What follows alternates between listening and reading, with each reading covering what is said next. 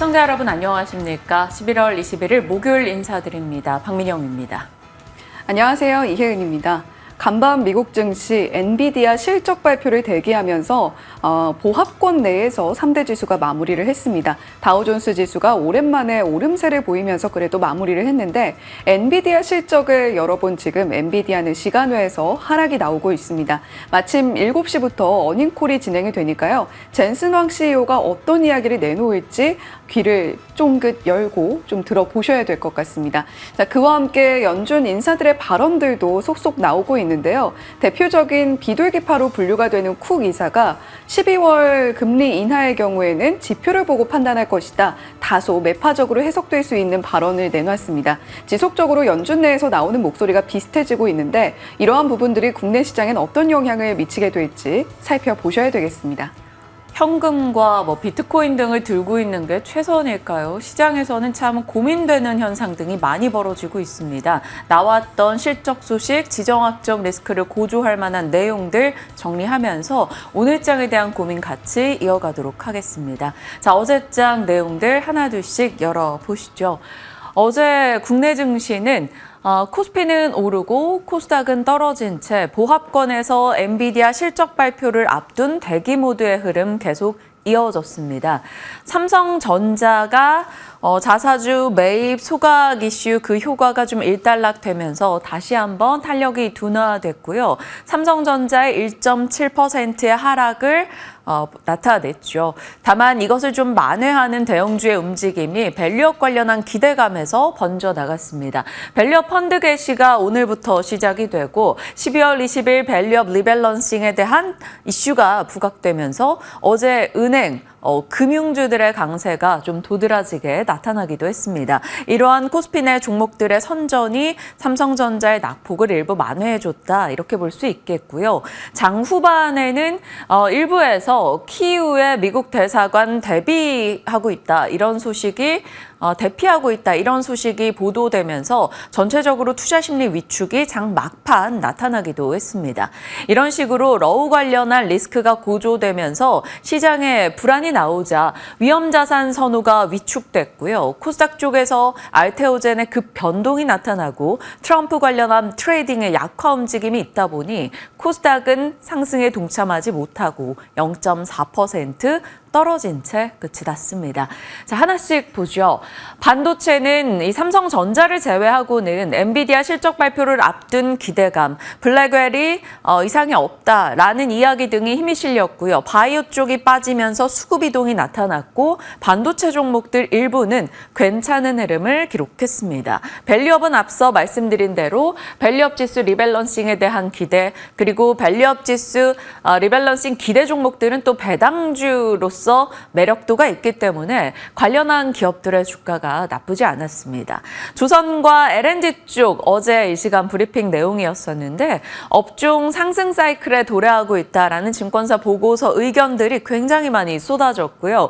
트럼프 트레이드 속에서 미국이 필요한 한국의 조선 이 키워드를 달고 일단은 계속된 상승을 기록했습니다. 다만 어제는 조선 섹터 내에서 LNG 쪽에 좀 더 가까운 종목들이 더 강한 탄력을 나타냈는데요. 본행제 쪽 말씀드린 대로 동성화인텍 어제 증권사 보고서 내 탑픽 종목으로 언급을 드렸었는데요. 5% 이상의 상승 보였고요. STX 엔진이나 HD 현대 마린엔진과 같은 엔진주들의 강세도 눈에 띄었습니다. 자, 그리고 또 하나 최근 시장의 특징이죠. 주요 섹터가 힘을 내지 못하고 있는 상황이다 보니까 언제나 시장의 질이 그렇게 좋지 않을 때 움직임을 더 많이 보이는 게 IPO 종목들입니다. 최근에 신규 상장 종목군으로 거래가 굉장히 많이 쏠리고 있는데요. 어제 상장한 이 무선 충전 기술 쪽의 위츠가 129% 급등을 나타냈습니다. 어제 이 종목 하나가 코스닥의 거래 대금 4분의 1을 차지했다. 정말 엄청난 자금들이 이쪽에서 쏠림을 나타냈다라고 볼 수 있는 대목입니다. 그리고 바이오요. 바이오에서 섹터 좀 갈리는 흐름이 나오고 있죠. 많이 올랐던 자들, 알테오젠, 그리고 리가켄바이오, 펩트론 이런 종목들이 어제는 모두 다 하락하는 흐름이 나타났고요. 장중의 변동이 급변하는 흐름으로 대변됐습니다. 그리고 다른 모멘텀이 있는 혹은 조금은 소외돼 있었던 종목들이 되려 어제장에서는 강했어요. 넥스트 바이오메디컬 10% 상승세, 삼성 바이오로직스도 일단은 상승으로 마무리가 됐고요. 바이오다인드 종목들 올라선 채 끝났습니다. 바이오 섹터 내에서도 그동안 끌고 가뒀던 대장들이 어제는 조금 쉬어가는 흐름이 나타나기도 했네요. 그리고 또 달라진 분위기 섹터별로요. 우주항공은 어제 이제 스타쉽 발사 관련한 이슈가 있었는데 발사는 성공적이었으나 로봇팔 안착에 대한 일부 아쉬움이 있어서 차익 실현의 움직임이 나왔습니다. 반면에 엔터는 최근 기관 수급이 굉장히 강하게 유입되고 있죠. 일부 기업들의 실적도 괜찮아서 추후 실적이 좋아질 것이다라는 모멘텀이 붙었습니다. 어제장에서도 JYP 엔터는 일단 상승으로 마무리가 됐고요. 최근에 유행하고 있는 섹터 내에서 탈락하는 쪽과 생존하는 쪽의 옥석 가리기가 나타나고 있습니다. 대표적으로 어제 소프트웨어 진영이요. 다른 종목들에서는 다수 하락의 움직임, 차익 실현의 움직임이 나왔는데 루닛이나 혹은 네이버 같은 의료 AI 쪽이나 혹은 AI 소프트웨어 쪽 종목들이 그래도 괜찮았습니다. 다만 이제 올라가는 종목들 내에서 슬슬 임원들의 자사주 매도 관련한 얘기 이런 보도 등이 일부 나오고 있어서 관련한 내 보유 종목에 대한 뉴스 한 번 더 점검은 필요해 보입니다. 어제 전반의 시장에 대한 내용이었고요. 현재 시장을 보면서 많은 분들이 느끼는 대목인 것 같아요. 시장 자체가 대응이 참 어려운데 수급적으로 너무 힘든 장이 전개되고 있습니다. 이유는 새로운 수급 유입이 없다라는 게 되겠죠. 새롭게 들어오는 돈은 없고 고객 예탁금은 줄고 있는 상황에서 시장 내에서는 하나를 사기 위해서는 하나를 팔아야 하는 장입니다. 매도자 우위 시장이라는 거죠. 그러니까 전체적으로 매수하고자 하는 이들이 줄어들고 있고 호가는 낮아지는 흐름이 나타납니다. 그러면서 하락폭이 확대되고요. 그러자 손실을 본 이들이 추가적으로 매도에 가담하는 흐름이 나타납니다. 그러면서 낙폭이 또 커지죠.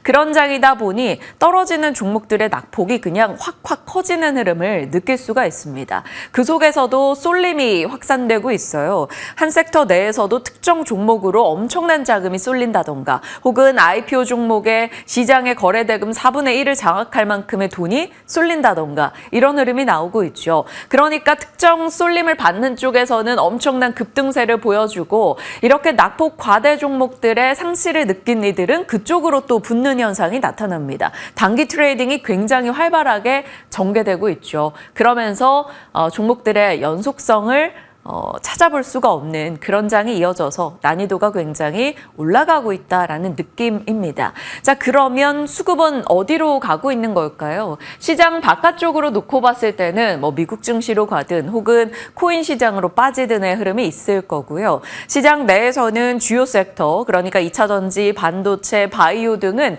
선물 옵션 포지션에 따른 업종 시속 게임 흐름을 또 명확하게 보여주고 있습니다.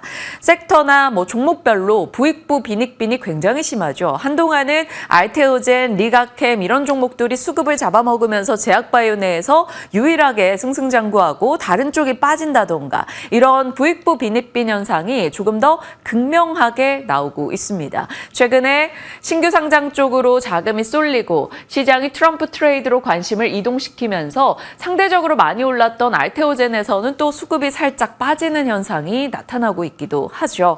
거기다가 연말입니다. 대주주 양도세 부담이 작용하고 있는데요.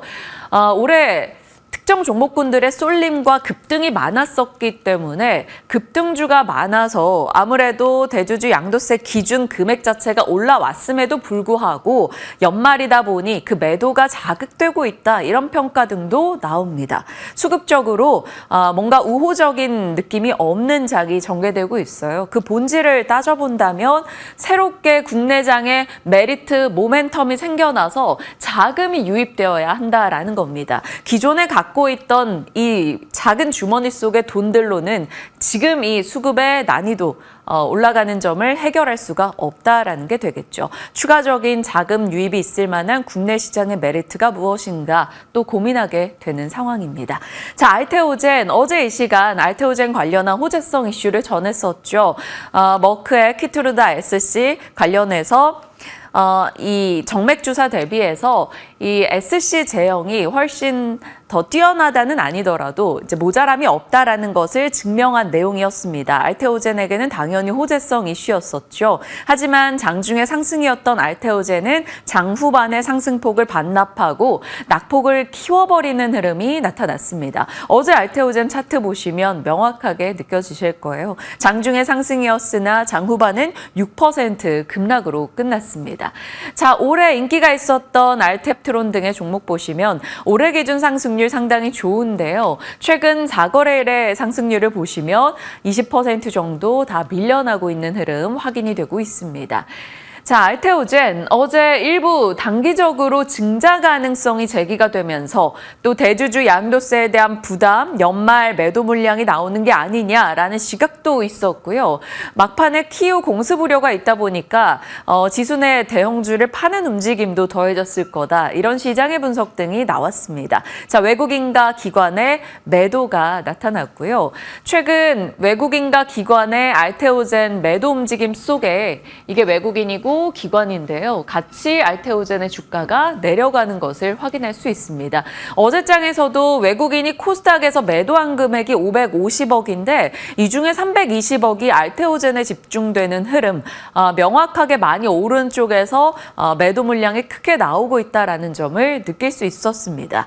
자, 이런 식으로 승승장구하고 굳건했던 이 대장주가 흔들리는 이유, 알테오젠 같은 경우는 사실 본질적인 센티가 훼손되는 내용은 없었습니다.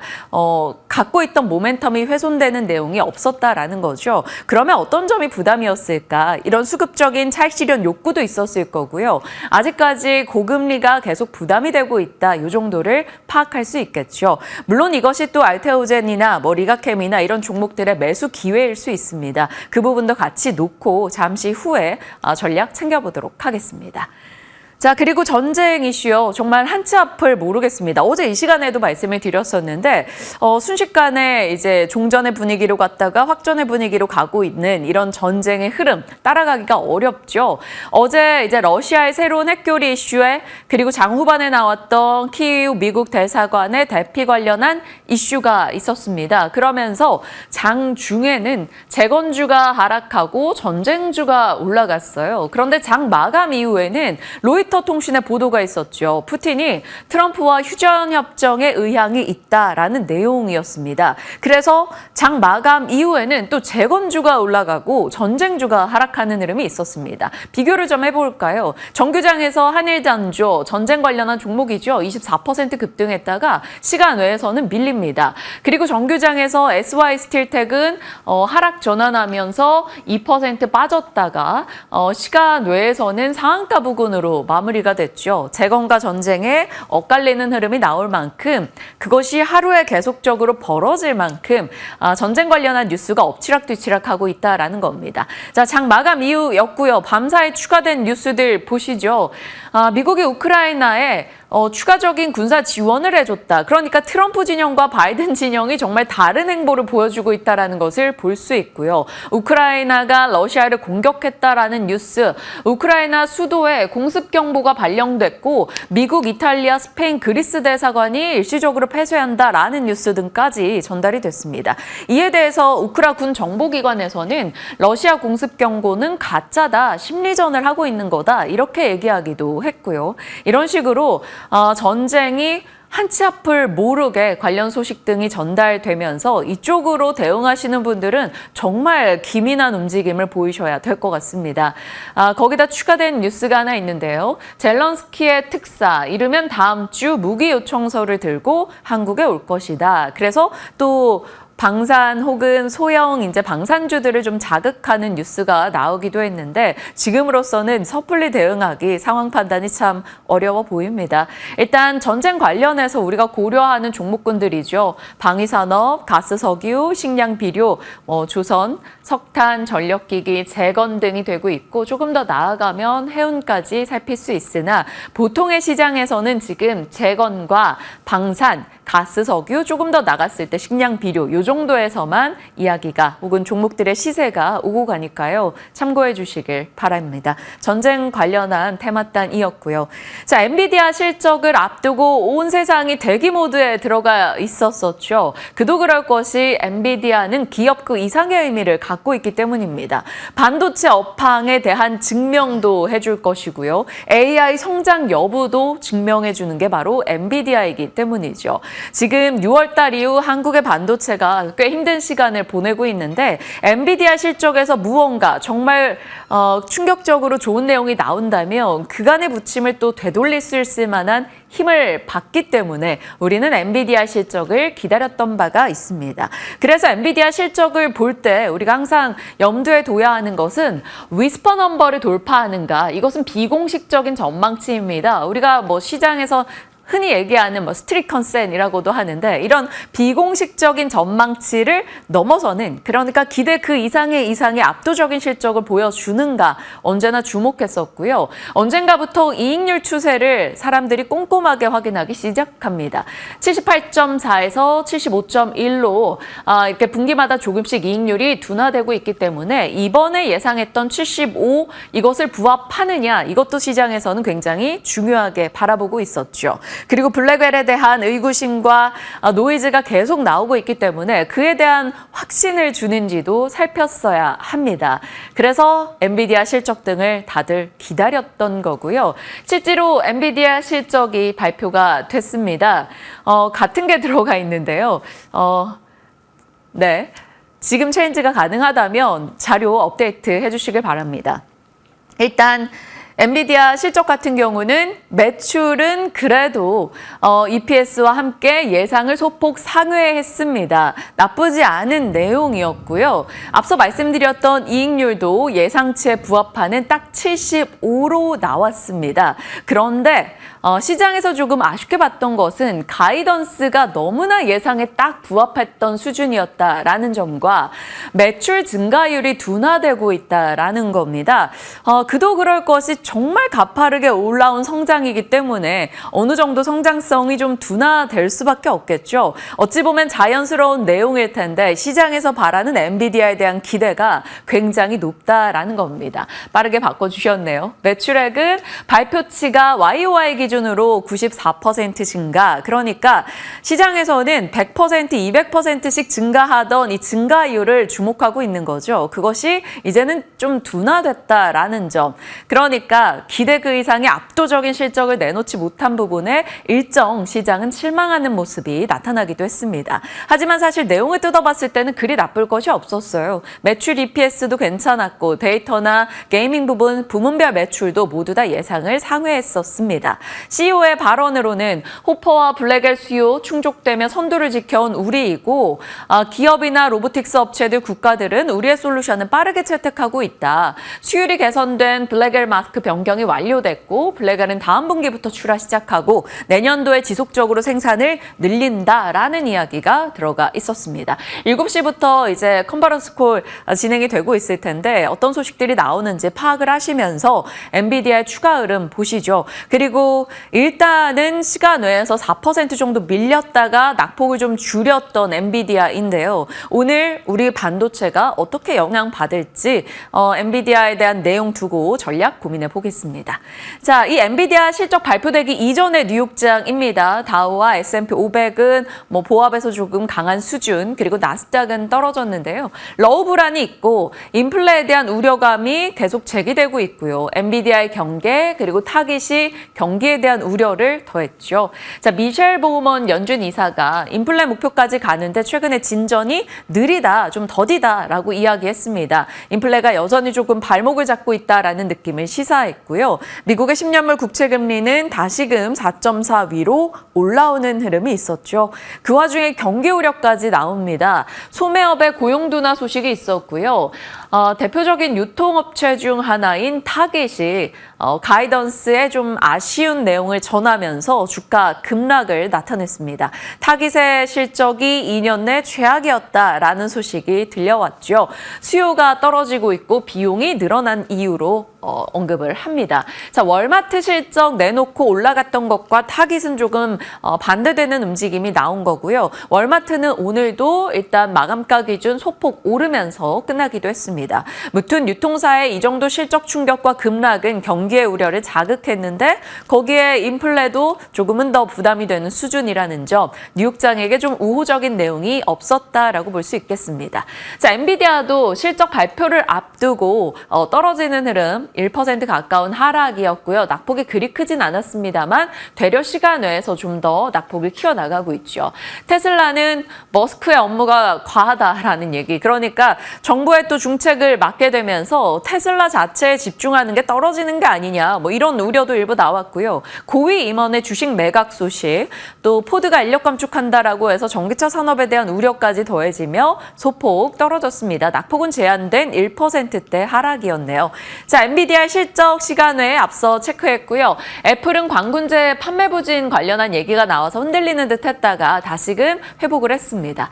자, 메호메트 오즈 박사라고 이 개인 메디케어를 지지했던 인물이 메디케어와 서비스 수장에 올 것이다. 이런 기대감이 나오면서 헬스케어 쪽의 일부 종목들은 그래도 나름 선전했습니다. 이쪽이 되겠죠. 요게 또 하나 선전한 종목이 보이는데 바로 일라이릴리입니다. 일라이릴리와 노보노가 밤사이 2, 3%씩 올렸는데요.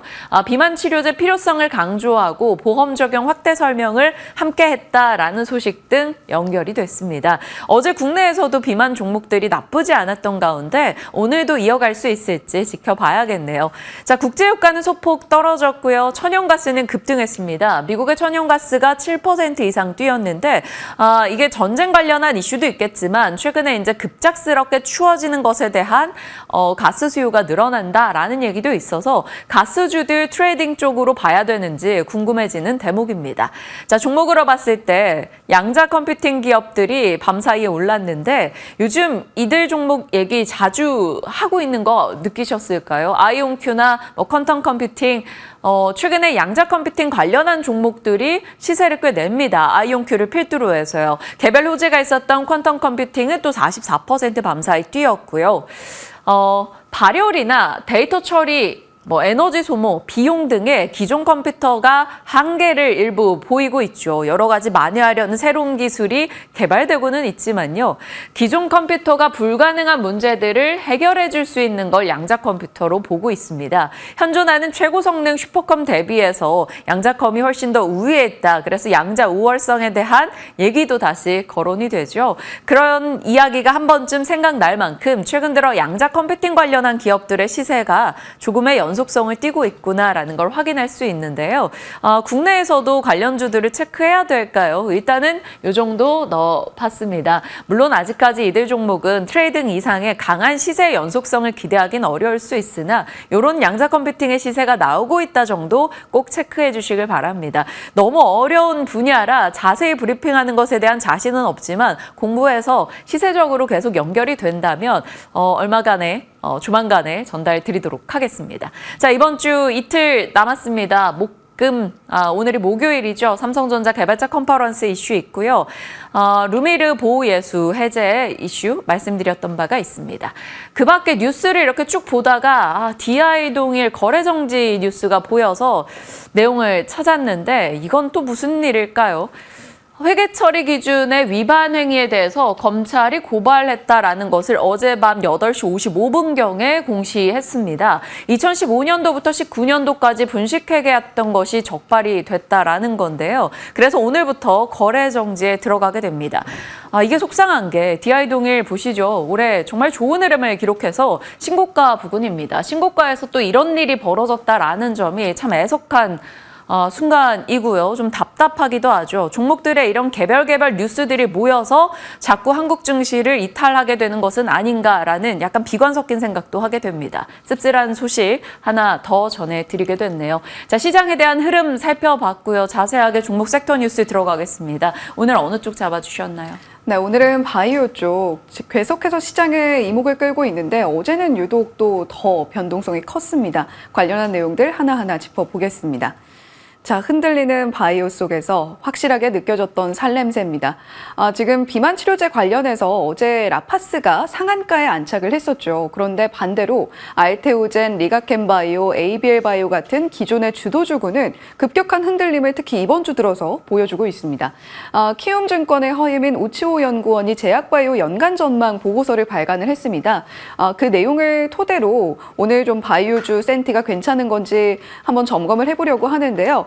11월 18일, 그러니까 월요일부터 바이오 주도주들의 흐름은 이렇게 일제히 꺾이는 흐름을 동일하게 나타내고 있습니다. 반대로 라파스라던가 인벤티지랩 같은 기존의 비만 치료제 관련주 상승하는 흐름을 이번 주 동안 보여줬고 어제의 상승세가 가장 가팔랐습니다. 반면에 기존의 비만 치료제 쪽에서 대장격으로 움직였던 펩트론의 경우에는 기존의 바이오 주도주와 비슷한 흐름으로 하락으로 이어지는 모습을 보여주기도 했죠. 자, 그러니까 바이오 종목들 안에서도 수급이 이동하면서 순환매가 나타나고 있다. 이렇게 좀 이야기를 해볼 수 있을 것 같습니다. 자, 키움의 이 제약바이오 연간 전망 보고서를 보니까요. 아무래도 K바이오 종목들의 경우에는 신뢰도 회복이 우선이다라는 코멘트를 내놓고 있습니다. 기존에 돈을 잘 벌고 있던 바이오 종목들은 아니었기 때문에 이에 대한 좀 시장의 의구심이 크다라는 것이겠죠. 그런 만큼 지금 현재는 계속해서 퍼포먼스를 보여주고 있다. 따라서 연말에는 투심 회복을 기대해봐도 좋지 않겠느냐 이런 이야기 나오고 있고요. 특히 셀트리온과 SK바이오팜, 녹십자 같은 종목들은 주가가 연초 수준으로 회귀를 한 상황입니다. 그러니까 올 한 해를 열심히 달려왔는데 결국 제자리 걸음을 했다라는 이야기나 마찬가지겠죠. 자, 라파스는 어제 상한가 안착을 했습니다. 마이크로니드 패치가 차세대 인류 상품으로 선정이 됐다라는 소식인데 라파스 같은 경우는 붙이는 비만 치료제를 또 영위를 하고 있었습니다. 그러한 부분들을 부각을 받으면서 상한가에 안착을 했고요. 인벤티지랩까지도 함께 자극을 받으면서 29.7% 올 한 주 동안 상승 흐름을 만들어냈습니다. 자, 비만 치료제의 모멘텀은 중기에 진입했다라는 코멘트도 들여다볼 수가 있었는데 비만 치료제 관련해서는 초입에 상승 흐름이 더 가파르게 나타난다라는 부분을 짚고 있습니다. 그러니까 초기만큼의 상승폭을 기대하기는 좀 어려울 수 있으나 중장기적으로 꾸준하게 성장할 것으로 전망된다라는 코멘트 나타난 겁니다. 아마도 내년 트렌드는 기존의 릴리의 젯바운드라던가 노보노디스크의 이 위고비 같은 부분이 자극하지 못했던 부분들, 제형 변경이라던가 적응증의 확장, M&A 쪽으로 더 치중하는 흐름이 나타나지 않을까, 세분화된 흐름이 나타나지 않을까 이런 부분들까지 들여다볼 수가 있었습니다. 사실 일라이릴리도 그간에 좀 조정이 많이 나왔죠. 11월 19일 그러니까 어제 마감까지 월초 대비 12.5% 빠진 상태였습니다. 2009년 2월 이후에 가장 저조한 월간 성적을 거두고 있는 일라이릴리인데 벤진가라는 매체에서 주가 하락세는 곧 저가 매수 기회다라고 이야기를 하면서 뱅크 오브 아메리카의 투자 의견을 인용을 했어요. 투자 의견은 매수, 목표가는 1,100달러로 현재 제시를 하고 있다는 점도 참고해 보시면 좋을 것 같고요. 바이킹 테라퓨틱스는 덩치는 좀 작지만 일라이릴리와 노보노디스크가 현재 양분하고 있는 시장을 빠르게 파고들고 있습니다. 그 중심엔 경구용 비만 치료제에 대한 임상 결과가 있는데 경구용 비만약 BK2735의 경우에는 4주 감량 효과가 현재 임상에서 6.8%로 나타나고 있습니다. 일라이릴리의 기존 약물과 비교를 했을 때 아마 동일한 기준으로 비교를 한다라고 한다면 조금 더 좋은 성과를 내지 않겠느냐라는 기대감 자리하고 있고요. 어제 오늘 모두 상승으로 장을 마감하기도 했죠. 자, 그렇다면 국내 비만 치료제 어느 쪽을 조금 더 지켜보면 좋을까요? 찌르고 먹고 붙이고 다양한 비만 치료제의 연구가 활발하게 이루어지고 있는 국내 시장이기도 합니다. 자, 국내 비만 치료제와 유통사들 B&K 투자증권의 자료를 좀 인용해서 정리를 해봤는데요. 신약 개발 쪽으로는 GLP-1 제일 핫한 기전이기 때문에 이쪽은 한미약품, 유한양행, D&D 파마텍, 동아SD, 프로젠 같은 기업들이 영위를 하고 있습니다. 특히 이 중에서 가장 앞서 나가고 있는 것은 한미약품이라고 할 수 있을 텐데 파이프라인이 한 6개 정도 됩니다. 특히 한국인에게 특화된 비만 치료제도 영위를 하고 있다라고 하니까 앞으로 특히 내년에 발표될 학회에서 한미약품이 어떤 데이터를 내놓는지 좀 주목을 해보시면 좋겠고요. 다만 지금 기업 개별적인 노이즈로 인해서 주가는 좀 지지부진한 흐름을 보이고 있다는 점도 참고해 보시면 좋을 것 같습니다. 자, 저분자 합성 화학의약품 쪽에서는 올릭스, 그리고 먹는 쪽과 패치형, 장기 지속형의 경우에는 이런 부분들 함께 참고를 해보시면 좋겠고요. 특히 경구형 쪽에서는 D&D 파마텍이 가장 많은 파이프라인을 보유하고 있습니다. 일동제약과 DXVX, 프로젠까지도 경구형, 특히 지금 시장이 가장 주목하고 있는 제형이기 때문에 주목을 해보시면 좋겠고요. 앞서서 상한가에 안착했던 라파스의 경우에는 대원제약과 협업을 해서 패치형 연구를 하고 있는데 특히 장기 지속형, 한번 붙였을 때 조금 더 오래 갈 수 있는 그러한 제형까지도 복합적으로 연구가 진행 중이다라는 점 참고해 보시면 좋겠습니다. 자, 현재 펩트론은 일라이릴리와 인벤티지랩은 베링거 인겔하임과 함께 장기 지속형 플랫폼을 협업을 진행을 하고 있습니다. 이러한 부분들이 내년에 더욱더 구체적인 성과를 낼 수 있을 것인가, 그리고 실제로 기업에 돈을 벌어다 줄 수 있는 모습으로 이어질 수 있을 것인가 한번 지켜보시면 좋을 것 같고요. 유통 쪽에서는 아무래도 가장 크게 주목을 받던 기업이 블루엠텍일 겁니다. 블루엠텍은 위고비가 유통된다라는 소식과 함께 주가가 연일 급등하는 모습을 보여주기도 했죠. 자, 그와 함께 만약에 일라이릴리의 젯바운드도 국내에 시판이 된다라고 한다면 보령과 종근당이 유력한 유통 후보군으로 점쳐지지 않을까, 이런 아이디어들도 시장에서 공유가 되고 있습니다. 보령 같은 경우는 일라이릴리와 오랜 협력 관계를 맺고 있기 때문에 가장 유력한 유통 후보군으로 점쳐지고 있다는 점도 참고해 보시면 좋을 것 같네요. 자, 그렇다면 2025년의 모멘텀은 어떻게 될까요? 아마 연말까지 계속해서 좀 시세를 준다면 좋겠습니다만 아무래도 시장의 상황이 여의치가 않습니다. 트럼프 2기의 제약바이오 섹터의 센티를 들여다보면 조금 엇갈리는 흐름을 볼 수가 있죠. 보건복지부 장관 내정자인 로버트 케네디 주니어의 경우에는 백신에 대해서도 백신 회의론을, 비만약은 비만약 너무 비싸다, 실제로 이것이 효과가 있고 더 건강한 쪽으로 이어지려면 약물보다는 식품 쪽으로 우리가 시선을 돌려야 되지 않겠냐라는 코멘트도 내놓고 있습니다. 거기다가 FDA의 이러한 흐름의 경우에서도 줄기세포나 음식 같은 쪽은 괜찮은데 특허 보호를 통해서 약값이 높아지는 것에 대해서는 굉장한 불만을 또 표출한 바가 있죠. 반면에 지금 도지의 몸을 담고 있는 비백 라마스와이와 부통령 당선인인 제이디 벤스의 경우에는 조금 다른 스탠스를 취하고 있는 것 같습니다. 특히 비백 라마스와이는 간밤에 기사가 또 발표가 됐는데 규제 완화에 본격적으로 시동을 거는 모습을 보여주고 있어요. 특히 FDA의 신약 허가 루틴이 너무 복잡하다라는 코멘트를 내놓았던 비백 라마스와이이기 때문에 이러한 부분에서의 약간의 변동이 있다면 트럼프 1기 당시에 주요 기술 이전 건수가 늘어났던 것과 함께 좀 기대감을 가져볼 수 있지 않겠나, 이런 아이디어도 얻어볼 수 있을 것 같습니다. 자, 국내 비만 치료제 2025년 모멘텀을 들여다보면요. 한미약품이 타겟 물질이 3가지로 지금 현재 일상에 들어가고 있는 복합기전 물질이 있고요. ST의 경우에도 지금 현재 일상, D&D 파마텍도 일상에 머물러 있기는 합니다만 D&D 파마텍의 경우에는 경구형, 그러니까 먹는 비만 치료제 연구를 활발하게 진행을 하고 있습니다. 한미약품은 비교적 구체적으로 발표 일정이 나와 있는 상황인데요. 내년 6월에 ADA 학회에서 미국 당뇨병 학회죠. 이 자리에서 비만 치료제 관련해서 여러 가지 발표들을 내놓을 것으로 기대가 됩니다. 구체적인 일정 참고하시면서 조금 긴 시계열로 한미약품을 보시는 것도 어떻겠나라는 아이디어 얻어볼 수 있겠죠. 자, 그렇다면 기존 주도주군 이렇게 무너지고 마는 걸까요? 알테오젠과 리가켄바이오, ABL바이오 어제 4에서 6%대까지 낙폭을 키웠습니다. 오히려 장 초반에는 나쁜 흐름을 보이진 않았기 때문에 이 급격한 변동성을 어떻게 해석해야 할까 걱정이 많이 됐는데요. 알테오젠의 경우에는 낙폭이 가장 컸고 변동성도 가장 컸습니다. 지금 현재 덩치가 한 40만 원 전후로 왔다 갔다 하는 알테오젠이기 때문에 이렇게 덩치가 큰 종목이 출렁출렁하고 또 코스닥 1위 자리에 차지를 하고 있는 알테오젠이어서 조금 더 이 전반적인 바이오센티에 영향을 미치는 것이 아닌가 이러한 우려감도 키웠습니다. 자, 알테오젠의 신약 플랫폼의 경우에는 인간 히알루로니다제 기반의 SC제형 플랫폼이죠. 골드만삭스의 할로자임 관련한 리포트 머크의 경쟁사로 알려져 있습니다. 키트루다 피아주사 공동제형제가 만약에 할로자임의 특허를 침해할 가능성을 공식적으로 평가할 수는 없는데 만약에 침해를 했다라고 한다면 비동점적 라이선스 계약을 추구할 가능성이 있다라는 코멘트가 있었습니다. 이 부분에 있어서 혹시라도 알테오젠이 특허 방어를 제대로 못하고 있는 것이 아닌가라는 우려감이 반영이 되면서 이렇게 주가의 급락으로 이어졌다라는 시장의 분석이 있었는데요. 알테오젠이 즉각적으로 입장을 내놨습니다.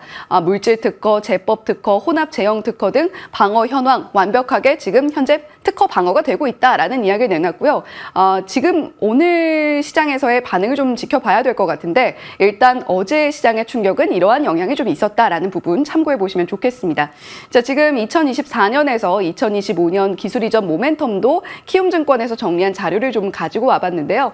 ABL 바이오, 리가켄 바이오, 펩트론을 비롯해서 에이프릴 바이오까지 최소 2개 라이센스 아웃을 목표로 하고 있는 ABL 바이오를 포함해서 뭐 펩트론이라던가 여러 가지 구체적인 라이센스 아웃 일정이 잡혀 있는 기업들도 있습니다. 구체적인 성과를 거두게 된다라고 한다면 내년에는 조금 더 기대를 해볼 수 있지 않겠나, 그리고 돈을 더 벌어들일 수 있는 모멘텀이 있지 않겠나라는 부분이 살아있다라는 점은 체크를 해보시면 좋을 것 같네요.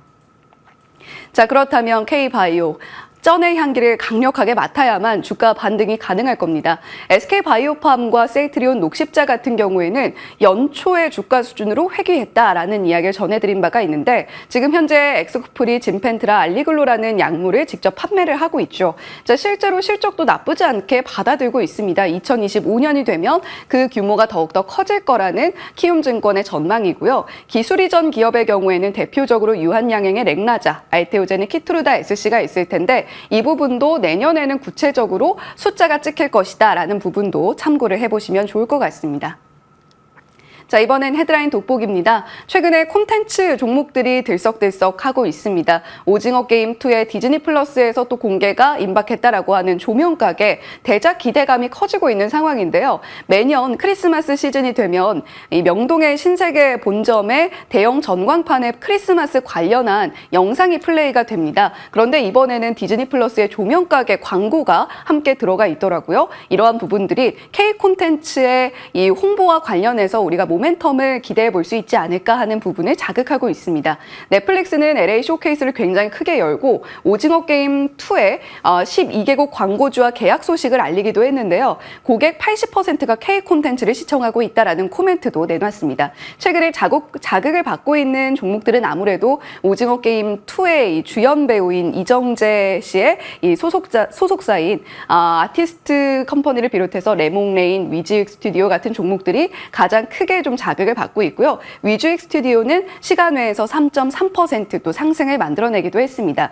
특히 레몽레인은 오늘부터 아티스트 스튜디오로 종목명이 변경된다라는 점도 참고해 보시면서 K 콘텐츠 관련주들도 계속해서 좀 주목을 해보실 필요가 있지 않겠나라는 아이디어 얻어가셨으면 좋겠습니다. 종목명 변경 이슈. 개인적으로는 긴 종목명 말하기가 어려워서 좀 짧은 종목명을 좋아하는데 요즘 점점 이렇게 길어지는 종목명들이 많아서 발음할 때 한 번 더 신경 쓰게 되긴 합니다. 자, 이런 발음도 그렇고 뭐 시장에 지금 신경 쓸 내용이 너무나 많습니다. 같이 고민할게요. 지금부터 전략 챙겨가시죠.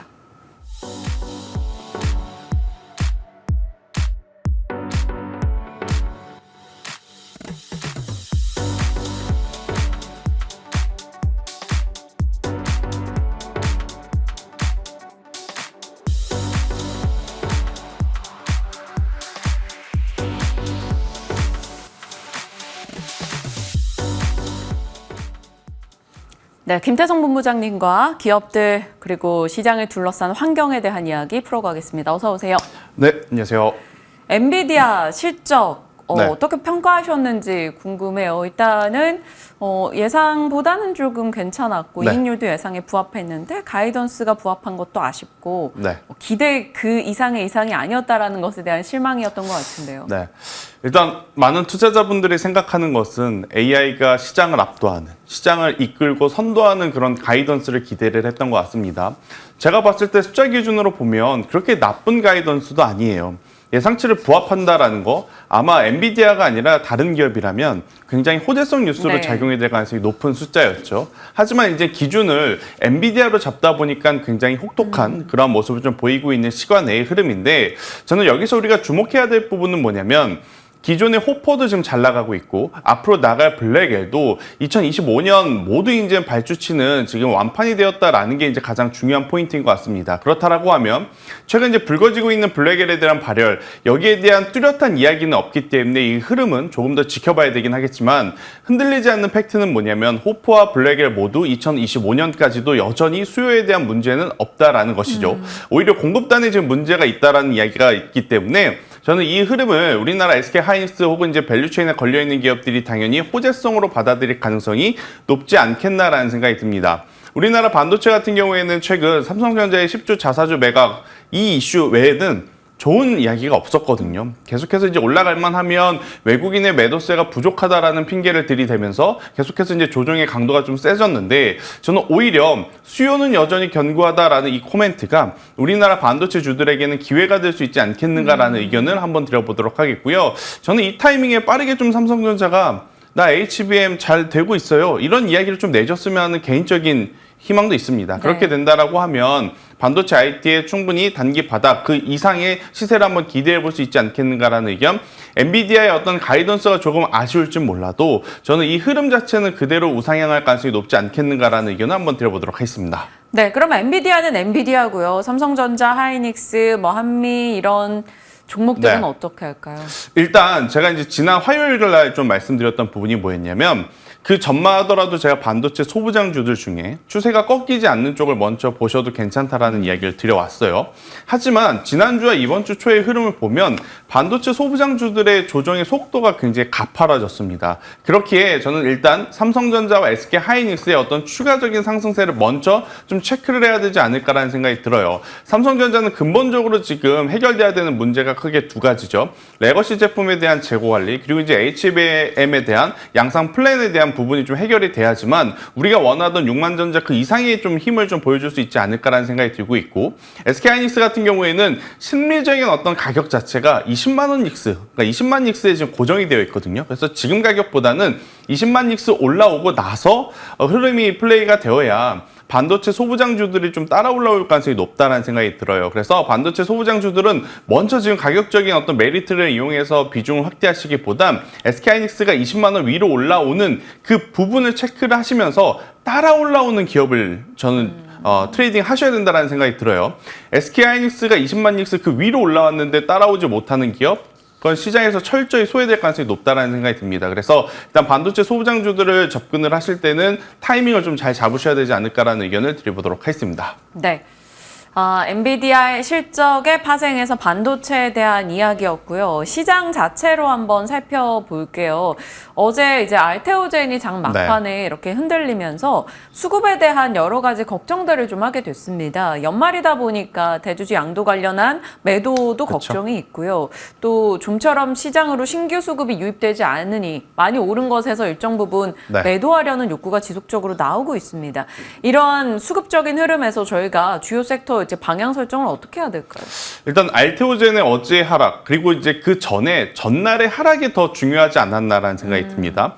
이틀 전에 알테오젠의 하락은 사실 알테오젠에 특별한 이슈가 있어서 하락이 나왔다라기보다는 그 사이에 삼성전자의 어떤 상승세에 좀 동참하기 위한 차익 매도 물량이 저는 출현이 됐다라는 생각이 들어요. 알테오젠을 통해서 지금 많은 이야기들이 오고 가고 있지만 변하지 않는 어떤 팩트는 하나는 이거죠. 바이오텍 에 대한 엄청난 기술력을 가지고 있는 기업이다라는 것. 그렇기 때문에 저는 알테오젠은 오히려 없으신 분들이 이제 조정 시에 매수를 해도 괜찮은 구간에 지금 돌입을 하고 있다라고 좀 보시면 될 것 같은데요. 일단 그간 속도가 너무 빨랐기 때문에 여기서 너무 공격적으로 상승하는 것을 기대하기에는 저는 무리가 있을 수 있다는 생각이 듭니다. 특히 이제 제약바이오 안에서도 지금 수급의 순환매가 굉장히 빠르다라고 느껴지는 게 뭐냐면 알테오젠과 유한약의 이들의 공백을 삼성바이오로직스가 또다시 메꾸고 있다는 게 저는 중요 포인트가 아닌가라는 생각이 들어요. 즉 바이오 안에서도 지금 이제 미국의 정세를 좀 확인을 하면서 누가 더 올라갈 것인지 누가 더 유리할 것인지 눈치를 좀 보고 있는 상황이기 때문에 저는 최근의 조정을 너무 부담스럽게 부정적으로 좀 보실 필요는 없다라는 생각이 들고 있고요. 결론은 일단 쉬어갈 때 담아가자. 그러니까 삼성바이오로직스 같은 경우에는 어제 오히려 시세가 났잖아요. 시세가 날 때 좀 쫓아가기보다는 조정이 나왔을 때 매수를 했다가 시세가 난 종목은 수익 매도 처리를 하고 오히려 조정을 받고 있는 종목에 대한 어떤 분할 매수 전략을 채우신다라고 하면 저는 제약바이오도 괜찮지 않겠는가. 알테오젠도 좋은 공시 나왔죠. 삼성바이오로직스도 굉장히 좋은 수주 공시 나왔죠. 그리고 ST팜도 최근에 사실 수주 공시가 굉장히 좋은 것들이 많았었기 때문에요. 제약바이오는 순서와 시기의 문제일 뿐 충분히 조정 이후에 다시 올라갈 가능성이 높지 않겠는가라는 의견을 들어보도록 하겠습니다. 네. 조정을 활용해서 매수할 수 있는 좋은 소식을 내놓고 숫자로 증명하는 기업들에 여전히 긍정의 시각을 주셨네요. 알테오젠도 조정 시 매수 가능한 종목으로 살펴주셨고 서로 이렇게 보완해주는 알테오젠과 삼성바이오 긍정의 시각 한 번 더 확인하고 가겠습니다. 자, 앞서 해외눈커가 브리핑해준 내용들 한번 들어가 볼게요. 잘 먹고 잘 살아가기라는 키워드 속에서 네. 비만, 미용, 의료기기, 바이오는 조금 전에 해주셨으니까 네. 비만과 미용, 의료기기 쪽 이야기 한번 풀어주시죠. 비만주가 미국에서 밤엔 괜찮았어요. 그런데 우리나라 관련주들의 흐름이 정말 어렵더라고요. 그러니까 왜 이 기업이 먼저 오를까? 더 강하게 오를까라는 생각이 들 수밖에 네. 없을 것 같아요. 일단 비만 치료하면 한미약품이 가장 먼저 임상시험에 앞서고 있죠. 그러면 한미약품이 가장 강해야지만 상승 변동률로 보면 한미약품은 굉장히 저조하다라고 좀 볼 수 있습니다. 자, 그럼 여기서 이제 또 추가로 스마트 대포, 그러니까 장기 지속형에 대한 기술은 펩트론이 유일하죠. 이건 우리나라뿐만 아니라 전 세계에서도 지금 유일하다라고 지금 평가를 받고 있는 상황. 그래서 글로벌 빅파마들이 지금 펩트론과 협업을 하기 위해서 여러 가지 지금 이야기를 나누고 있다는 게 뭐 많은 어떤 속보를 통해서 뉴스를 통해서도 우리가 확인을 좀 할 수 있었는데 오히려 펩트론은 조정이 지금 깊습니다. 반대로 인벤티지 랩이라든지 라파스와 같은 기업들의 상승세가 굉장히 도드라졌던 어제가 아니었나라는 생각이 드는데요. 일단 기술력적으로 보면 펩트론은 이미 시가총액 2조에 달하는 좀 부담스러운 기업이 되지 않았나? 인벤티지 랩 같은 경우에는 이제 막 2천억이 좀 넘어가는 그런 구간이다 보니까 많은 투자자분들이 사실 이 기술에 대한 어떤 유무, 그러니까 기술에 대한 현재 어떤 현황보다는 단순히 트레이딩 기준으로 좀 매매를 많이 하시지 않았나라는 생각이 들더라고요. 그래서 기술력적으로 본다면 여전히 펩트론을 좀 봐야 되지만 문제는 계속해서 글로벌 빅파마 일을 같이 하겠다 하지만 완벽하게 지금 끝맺음을 내고 있지 못하는 그러한 상황이기 때문에 조금은 테마적으로 움직일 수 있는 하이단의 종목군들의 흐름을 조금은 더 이제 지속 보셔야 되지 않을까라는 생각이 들고 있고요. 지금 미국도 가장 중요한 게 뭐냐? 약간 인하에 대한 포인트가 네. 필요합니다. 그렇기 때문에 장기 지속형 치료제 같은 경우에는 앞으로 트럼프의 입이 지금 어떻게 나올지 모르겠으나 결국 산업에서는 필요한 그런 존재이기 때문에 저는 계속해서 좀 보셔야 되지 않을까라는 생각 좀 들고 있고요. 대신에 이제 앞서 말씀드렸던 라파스라든지 인벤티지랩 같은 경우에는 조정이 나오면 굉장히 또 빠르게 조정이 나올 수 있음을 좀 체크를 하셔야 되고 인벤티지랩 같은 경우에는 올 초에 유한양과 함께 치료제, 그러니까 장기 지속형에 대한 부분을 이제 개발을 한다라고 했는데 아직까지 그 이후에 성적표, 성과를 좀 확실하게 뚜렷하게 내지 못한 부분들이 있거든요. 이 부분들을 좀 체크를 하시면서 비중 조절을 해야 되지 않을까라는 의견을 한번 드려보도록 하겠습니다. 네, 각 분야 종목별로 언급을 주신 거니까요. 확인해 주시길 바랍니다. 자, 이제 픽을 가야 되는데 네. 미용 의료기기 쪽을 아직 코멘트를 못 들어가지고 잠깐 그럼 드릴게요. 네, 짧게 해주세요. 일단 화장품은 마진율에 대한 부담이 있습니다. 그래서 트럼프가 만약 관세를 부과한다 그러면 굉장히 또 복잡해질 수가 있죠. 하지만 피부 미용 의료기기는 아무래도 이제 원체 체력적으로 좀 좋았습니다. 영업이익률이 적게는 40%, 많게는 50%가 넘는 기업들이 많기 때문에 그래서 저는 피부 미용 의료기기 쪽은 여전히 괜찮다. 탑픽은 파마 리서치, 그다음 대웅제약까지 꼭 체크를 하셨으면 좋겠다는 의견 드리겠습니다. 네. 자, 오늘의 픽 보겠습니다.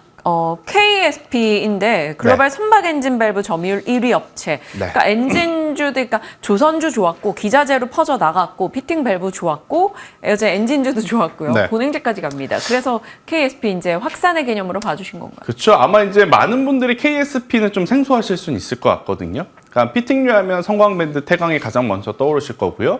LNG 본행지 하면 동성 화이텍과 한국 카본이 먼저 떠오르실 거고 최근에 이제 세진중공업 떠오르실 거고 일단 KSP 같은 경우에는 피팅 밸브를 만드는데 전체 매출의 80%가 HD 현대중공업으로 지금 들어가고 있습니다. 특히나 2020년도부터 21, 22, 23 계속해서 매출액이 우상향을 하고 있는 상황이거든요. 그러면 주가 또한 우상향할 가능성이 굉장히 높은 거죠. 영업이익이 2년 전보다 지금 5배 올랐습니다.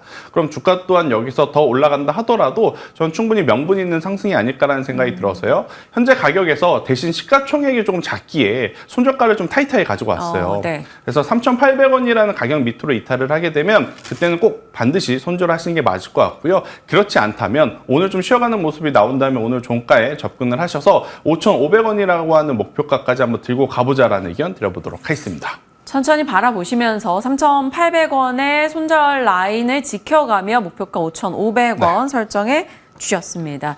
양자컴은 이슈를 빼긴 뺐는데 한 줄로만 말씀 주실 수 있을까요? 일단 우리나라 기업들은 양자 컴퓨터 기술이 좀 약합니다. 그렇죠. 그래도 거기서 이어붙일 기업을 하나 찾아본다면 신테카 바이오가 최근에 미국의 폴라리스라고 하는 기업과 함께 양자 컴퓨터를 통해서 이 신약 개발을 하겠다라는 MOU를 한 이력이 있어요. 네. 그렇게 신테카 바이오 어제 시세가 또 의외로 좋았거든요. 이 흐름의 연속성이 양자 컴퓨터의 힘으로 더 나올 수도 있음을 꼭 체크를 하셨으면 좋겠다는 의견 드리겠습니다. 네, 신테카 바이오, 양자 컴퓨팅에서 이렇게 연결해 놓고 저희도 관심 체크해 보도록 하겠습니다. 시장의 다양한 이슈들 살폈습니다. 김태성 본부장과 함께했네요. 고맙습니다.